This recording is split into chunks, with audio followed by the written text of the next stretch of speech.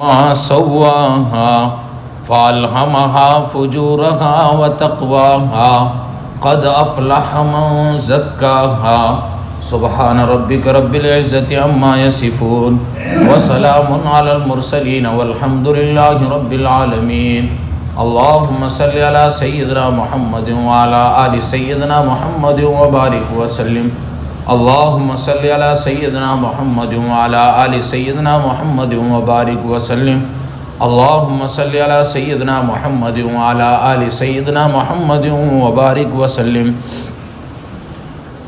بزرگوں اور دوستو، قرآن مقدس کی میں نے 3 آیات پڑھی ہے۔ سب سے پہلے اللہ رب العزت نے حضرت انسان کو بنایا اور انسان کے اندر 2 چیزیں رکھی، ایک خیر کا مادہ، ایک شر کا مادہ۔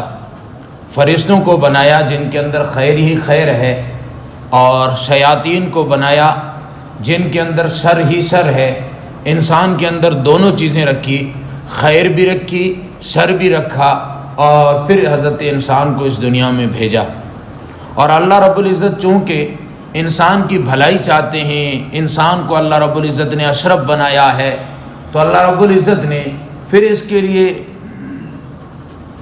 انسان کے لیے راستے اور انسان ادھر نیکی کی طرف آ جائے، اس کے لیے اللہ رب العزت نے انبیاء علیہ السلام کو بھیجا۔ حدیث مبارکہ میں آتا ہے، اصل میں انسان کا دل جو ہے یہ اصل ہے، دل کے ایک جانب سیدھی جانب فرشتہ ہے، الٹی جانب شیطان بیٹھا ہوا ہے۔ فرشتہ انسان کے دل میں یہ بات ڈالتا ہے، دل میں یہ کہتا ہے کہ یہ کام کر لے، یہ کام اچھا ہے، اور شیطان ادھر سے زور لگاتا ہے کہ نہیں یہ کر لے، یہ کر لے۔ پھر اب بعض مرتبہ انسان الجھن کا شکار ہو جاتا ہے۔ علماء لکھتے ہیں کہ فرشتے اور شیطان کے بیچ میں آپس میں جنگ چل رہی ہے، اس لیے انسان الجھن کا شکار ہے کہ کر لو نہ کرو، کر لو۔ پھر جو جیت جاتا ہے انسان وہی کر لیتا ہے، اگر شیطان جیت جاتا ہے برائی کر لیتا ہے، فرشتہ اگر جیت جاتا ہے انسان اچھائی کر لیتا ہے۔ اور جب نبی پاک صلی اللہ علیہ وسلم نے یہ ارشاد فرمایا کہ ہر بندے کے ساتھ ایک شیطان پیدا ہوتا ہے جسے ہمزاد کہتے ہیں، اور وہ اس کو بہکاتا ہے، وہ اس کو گناہوں کی طرف لانے کی کوشش کرتا ہے، تو صدیقہ کائنات حضرت عائشہ رضی اللہ تعالیٰ عنہ نے پوچھا، یا رسول اللہ صلی اللہ علیہ وسلم آپ کے ساتھ بھی پیدا ہوا ہے؟ اللہ کے محبوب صلی اللہ علیہ وسلم نے ارشاد فرمایا بلا کیوں نہیں، لیکن وہ کہ وہ مسلمان ہو گیا ہے، میرا خیر اس پر غالب آ گیا ہے، اس کا شر مجھ پر غالب نہ آ سکا، اور وہ مسلمان ہو گیا ہے اور اس نے اسلام قبول کر لیا ہے۔ حدیث مبارکہ میں آتا ہے، دنیا کے اندر 2 شخص ایسے ہیں جن کے ساتھ شیاطین کا اثر نہیں ہے، شیطان جن کے ساتھ پیدا نہیں ہوا ہے، اور شیاطین ان کے دلوں پر اثر نہیں کر سکا۔ وہ 2 شخصیات کون ہیں؟ ایک حضرت مریم اور دوسرے حضرت عیسیٰ علیہ نبینا علیہ السلام۔ یہ 2 شخصیات ایسی ہیں جن کے ساتھ شیطان پیدا نہیں ہوا اور ان پر شیاطین کا اثر بھی نہیں ہوا۔ علماء اس حدیث کو بیان کرنے کے بعد ایک سوال اور پھر اس کا جواب دیتے ہیں، تو اس کا مطلب یہ ہوا کہ حضرت عیسیٰ علیہ السلام کے ساتھ پیدا نہیں ہوئے تو کیا حضرت عیسیٰ افضل ہو گئے؟ پھر علماء جواب دیتے ہیں نہیں، اللہ کے محبوب صلی اللہ علیہ وسلم کے ساتھ پیدا ہو کے محبوب اس پر غالب آ گئے۔ فرشتوں سے انسان اس لیے افضل ہے کہ انسان کے اندر دونوں چیزیں ہیں، انسان دوسری چیز گناہوں کے مادے کو دبا کر آگے نکل جاتا ہے، اس لیے فرشتوں سے وہ بلند ہو گیا، مسجود الملائکہ کہلایا۔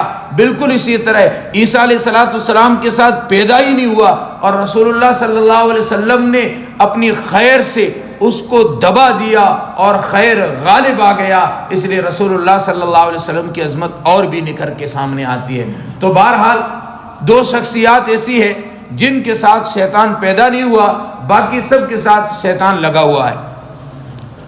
تو انسان جب پیدا ہو گیا، اس دنیا میں آیا، میں نے پرسوں تفسیر میں عرض کیا تھا کہ انسان فطرت پر پیدا ہوتا ہے، اسلام پر پیدا ہوتا ہے، پھر اس کے ماں باپ پر ہے، چاہیں تو اسے یہودی بنا دیں، چاہیں تو اسے غیر بنا دیں، چاہیں تو اسے عیسائی بنا دیں، چاہیں تو اسے مسلمان بنا دیں، لیکن وہ فطرتاً پیدا اسلام پر ہوتا ہے۔ تو اللہ رب العزت نے حضرت انسان کو اس دنیا میں بھیجا اور خیر بھی شر بھی دونوں چیزیں اس میں رکھی۔ اب حکم یہ دیا کہ خیر کو غالب کر کے آنا، شر کو دبا کے آنا۔ اور قرآن مقدس اور تمام انبیاء علیہ السلام کی دعوت کو دیکھیں تو دعوت میں دو چیزیں ہیں، ایک ہے امر بالمعروف اور دوسرا ہے نہی عن المنکر۔ امر بالمعروف یعنی نیکی کرنا، جو فرشتہ کام کر رہا ہے اندر، انسان کے نفس کے اوپر، انسان کے دل کے اوپر جو فرشتہ کام کر رہا ہے کہ بھائی نیکی کر، اور دوسرا ہے نہی عن المنکر، برائی سے روکنا۔ تو یہ جو شیطان دوسرا کام کر رہا ہے، اس شیطان کو روکنے کے لیے تو جتنے بھی احکامات آئے یا تو اوامر ہیں یا پھر منع کرنے والے ہیں۔ اوامر یہ ہے کہ انسان نیکی پر چل پڑے اور جس طرف فرشتہ کہہ رہا ہے، دل کو فرشتہ جس طرف مائل کر رہا ہے اس طرف چلے۔ اللہ کے محبوب صلی اللہ علیہ وسلم حدیث مبارکہ میں ارشاد فرماتے ہیں، صحابہ نے پوچھا گناہ کیا ہے؟ کہا کہ جب تمہارے دل میں وہ چیز کھٹکنے لگے، تمہارے دل میں وہ چیز بری محسوس ہونے لگے، سمجھ جاؤ کہ وہ گناہ ہے۔ کیوں کہ دل جو ہے یہ بڑا مفتی ہے، یہ فیصلہ کرتا ہے اور یہ بتاتا ہے کہ یہ برا ہے۔ اور اللہ رب العزت نے قرآن مقدس میں کئی قسمیں کھانے کے بعد یہی بات ارشاد فرمایا والشمس وضحاہا، سورج کی قسم جب وہ روشن ہونے لگے، اجالا پھیلانے لگے، والقمر اذا تلاہا، چاند کی قسم جب وہ سورج کے پیچھے آنے لگے، سورج کے بعد سورج کے پیچھے آئے، والشمس وضحاہا والقمر اذا تلاہا والنہار اذا جلاہا، دن کی قسم جب وہ اپنی روشنی کو بکھیر دیوے، اجالے کو بکھیر دیوے، واللیل اذا یغشاہا، رات کی قسم جب اندھیرا اس کا چھا جائے، وَنَفْسٍ وَمَا سَوَّاهَا وَالْأَرْضِ وَالسَّمَاءِ وَمَا بَنَاهَا، آسمان کی قسم اور اس کو بنانے والے کی قسم، وَالْأَرْضِ وَمَا طَحَاهَا، زمین کی قسم اور اس کو ہموار کرنے والے کی قسم، وَنَفْسٍ وَمَا سَوَّاهَا، نفس کی قسم، انسان کے نفس کی قسم اور اس کو درست بنانے والے کی قسم، وَنَفْسٍ وَمَا سَوَّاهَا فَأَلْهَمَهَا فُجُورَهَا وَتَقْوَاهَا، اور اس کی قسم جس نے فجورها وتقواها، برائی بھی اور اچھائی بھی دونوں چیزیں اس کے اندر ڈالی ہے۔ تو پہلے اللہ رب العزت نے یہ قسمیں کھائی 6، اور پھر 7ویں قسم یہ کھائی اور کہا کہ ہم نے دونوں چیزیں اندر ڈال دی ہے۔ پھر آگے پتے کی بات بتائی، قد افلح من زکاہا، بامراد ہو گیا، کامیاب ہو گیا جس نے اپنے نفس کا تزکیہ کر لیا، اپنے نفس کو بنا لیا، سدھار لیا۔ وقد خواب من دساہا، نامراد ہوا جس نے اپنے نفس کی خواہشات کو دبایا نہیں بلکہ ان کو ابھارا، نیکی کو دبا دیا، تقوی کو دبا دیا۔ تو دو چیزیں، اور پھر اللہ رب العزت اتنی قسمیں کھا کر ارشاد فرما رہے ہیں، کامیاب ہوا ہے وہ شخص جس نے اپنے نفس کو دبا دیا ہے اور جس نے اپنے نفس کا تزکیہ کر لیا ہے اور اپنے تقوی کو نکھار دیا ہے۔ اور علامہ رومی رحمۃ اللہ علیہ نے یہی بات کہی کہ جب تو پیدا ہوا تھا لوگ ہنس رہے تھے، تو رو رہا تھا، جب زندگی ایسی گزار کہ جب تو جائے لوگ رو رہے ہو اور تو ہنس رہا ہو۔ یادداری از وقت زادنے تو ہما خندہ بدن تو گریاں، اور اب زندگی ایسی گزار کہ وقت مردنے تو ہما گریاں سون بدن تو خندہ، اب زندگی ایسی گزار جب تو جائے تو ہنستا ہوا جائے۔ یہ کب ہوگا؟ جب اپنے نفس کا تزکیہ کیا جائے گا، نفس کو سنوارا جائے گا، اور جب نفس سنورے گا اندر کی یہ جو چیز ہے یہ بنے گی، پھر خدا کے خوف سے بندہ کام چھوڑے گا۔ حکیم الامت مولانا اشرف علی تھانوی رحمۃ اللہ علیہ سہارنپور سے کانپور جا رہے تھے، تو ریلوے والے جو تھے انہوں نے حضرت کو گنے دیے، اور گنے سہارنپور کے بہت مشہور ہوتے ہیں۔ حضرت نے کہا کہ اس کو تلوا دو اور ان کی ٹکٹ لے لو۔ انہوں نے کہا حضرت ہم ہی تو ہے تولنے والے، کیا فرق پڑتا ہے، اب بیٹھ جاؤ۔ حضرت نے کہا تم تو آگے جا کے دوسری ٹرین میں چلے جاؤ گے۔ پھر آگے والوں نے مجھے پکڑ لیا تو کہا کہ حضرت ہم آگے والوں سے کہہ دیں گے، وہ آپ کو نہیں پکڑیں گے۔ حضرت نے کہا جب میں باہر نکلوں گا جب، تو کہا کہ ان کو بابو جی کو ہم بول دیں گے، یہ باہر والوں کو بھی بول دیں گے، آپ کو نہیں پکڑیں گے۔ تو حضرت فرمانے لگے اور آگے جا کے مجھے پکڑ لیا تو کہا حضرت پھر کہاں ہے، آپ تو کانپور اپنے گھر چل جائیں گے، کون پکڑے گا؟ کہا ہاں میں گھر چل جاؤں گا، یہاں تم مجھے بچا دو گے، لیکن قبر میں جب جاؤں گا اللہ مجھ سے پوچھے گا کہ تو نے کرایہ کیوں نہیں دیا، تو میں اس کا کیا جواب دوں گا؟ تو یہ چیز کب آئے گی؟ جب انسان اپنے تقوی کو نکھارے، اندر کی چیز کو بنائے۔ حضرت حکیم الامت مجدد ملت مولانا اشرف علی تھانوی رحمۃ اللہ علیہ کے خلیفہ تھے، وہ اپنے بیٹے کے ساتھ ملنے کے لیے آئے۔ حضرت نے پوچھا ٹکٹ لیا تھا؟ کہا حضرت لیا تھا۔ کہا نہیں آپ کی نہیں، بچے کی بات کر رہا ہوں۔ کہا حضرت یہ ہے تو 12 سال سے بڑا لیکن لگتا چھوٹا ہے۔ حضرت نے فرمایا 12 سال سے بڑا ہے تجھے معلوم ہے، تو جھوٹ بول کے آیا ہے، میں نے جو تجھے خلافت دی ہے وہ بھی واپس لیتا ہوں، اور اپنا جو مرید بنایا تھا وہ بھی واپس لیتا ہوں۔ یہ چیز کب ہوگی؟ جب انسان اندر کی چیز کو بنائے گا۔ قرآن مقدس پر غور کرے، 2 واقعات ملتے ہیں، ایک تقوی کے مینار کا اور ایک گناہوں کی طرف جانے والے کا۔ پہلا واقعہ حابل اور قابل کا ہے۔ قابل کے حصے میں جو لڑکی آ رہی تھی وہ سانولی تھی، اور خود کی جو سگی بہن حابل کے حصے میں آ رہی تھی وہ خوبصورت تھی۔ اس نے اپنی نفسانی خواہشات کو پورا کرنے کے لیے بھائی سے مطالبہ کیا اس کا، پھر یہاں تک کہ قربانی بھی دی، لیکن اس کی قربانی قبول نہیں ہوئی۔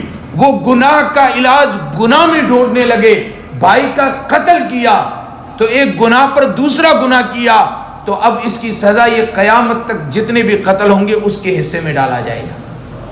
تو گناہ کا راستہ گناہ سے ہموار کیا جائے گا تو پھر انسان گناہوں کے دلدل میں پھنسا جائے گا۔ اور ایک تقوی کے مینار، وہ شخصیت جو بھائیوں کی مہربانیوں سے گزر آئے ہیں، جو مصر کے کنویں سے گزر آئے ہیں، اور جو کنعان کے کنویں سے گزر کے مصر کے بازار سے بکتے ہوئے آئے ہیں، وہ اپنے نفس کے بارے میں کیا کہتے ہیں؟ قرآن کہتا ہے ما ابرئ نفسی ان النفس لامارۃ بالسوء، نفس کے دھوکے سے، شیطان کے دھوکے سے کوئی نہیں بچ سکتا، الا مگر یہ کہ رحیم ربی، رب کی مہربانی جس پر ہو جائے۔ اس کو زلیخا نے دعوت دی ہے گناہ کی، تو اس نے گناہ کے حل کو نیکی سے دیکھا ہے، رب کی طرف متوجہ ہوئے ہیں، رب نے ان کی شان بھی بچائی، آن بھی بچائی، عزت بھی بچائی، آبرو بھی بچائی۔ پتہ چلا کہ انسان گناہ کا اگر علاج گناہ میں ہی ڈھونڈے گا تو ذلت کی طرف جائے گا، گناہ کا علاج نیکی اور تقوی اور رب کی مہربانی سے ڈھونڈے گا تو پھر انسان بچ جائے گا۔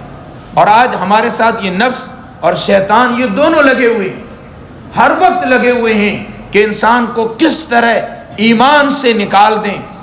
اور اس کا حل کیا ہے؟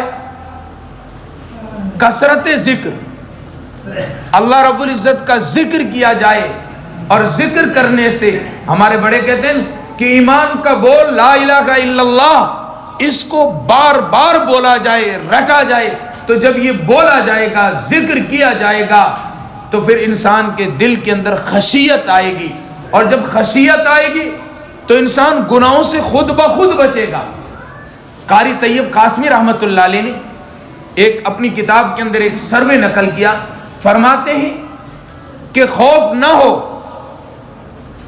تو انسان گناہوں کی طرف بہت زیادہ جاتا ہے۔ کہا کہ امریکہ نے شراب بند کرنے پر بل پاس کیا تھا ایک زمانے میں، اور پھر جب 1 سال کے بعد سروے کیا گیا پتہ چلا کہ پہلے جب کھلے عام ملتی تھی 50,000 لوگ پیتے تھے، اب چھپ کے دینے لگے ہیں، اور چوری چھپ کے جو لوگ بیچ رہے ہیں اس سے 1,00,000 لوگ پیتے ہیں۔